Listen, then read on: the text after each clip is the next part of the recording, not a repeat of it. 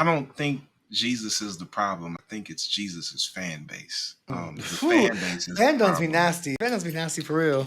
Mm-hmm. When I when I when I look at the story of Jesus, because I'm a theologian. I went to school I got a master's in divinity where I really studied this stuff heavily. I learned how to think theologically in school, and then my education has been ongoing even since school. So I'm just constantly thinking theologically. And when I actually look at the story of Jesus, look at the principles, it's like, how is it Christian nationalism is trying to represent this character? Like, whether you think Jesus walked the earth or you just think he was a character in a story, I don't care what you think about that. There is a narrative framed around this character in this story.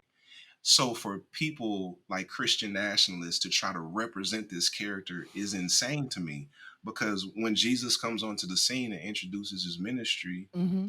he says, "The Spirit of the Lord is upon me and has anointed me to do four things." First thing he said was preach good news to the poor.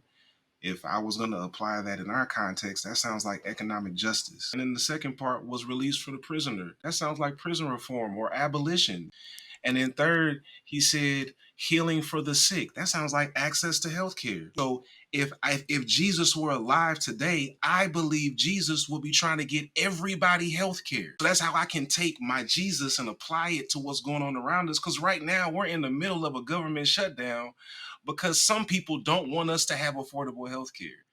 And I believe these are things that Jesus cared about. He said economic justice, prison reform or abolition, access to healthcare, and then he said liberation for the oppressed. So when I look at those who are marginalized around me, those are the people that Jesus said he cared about out the gate. So I just come to the conclusion that it's not Jesus, it's the fan base.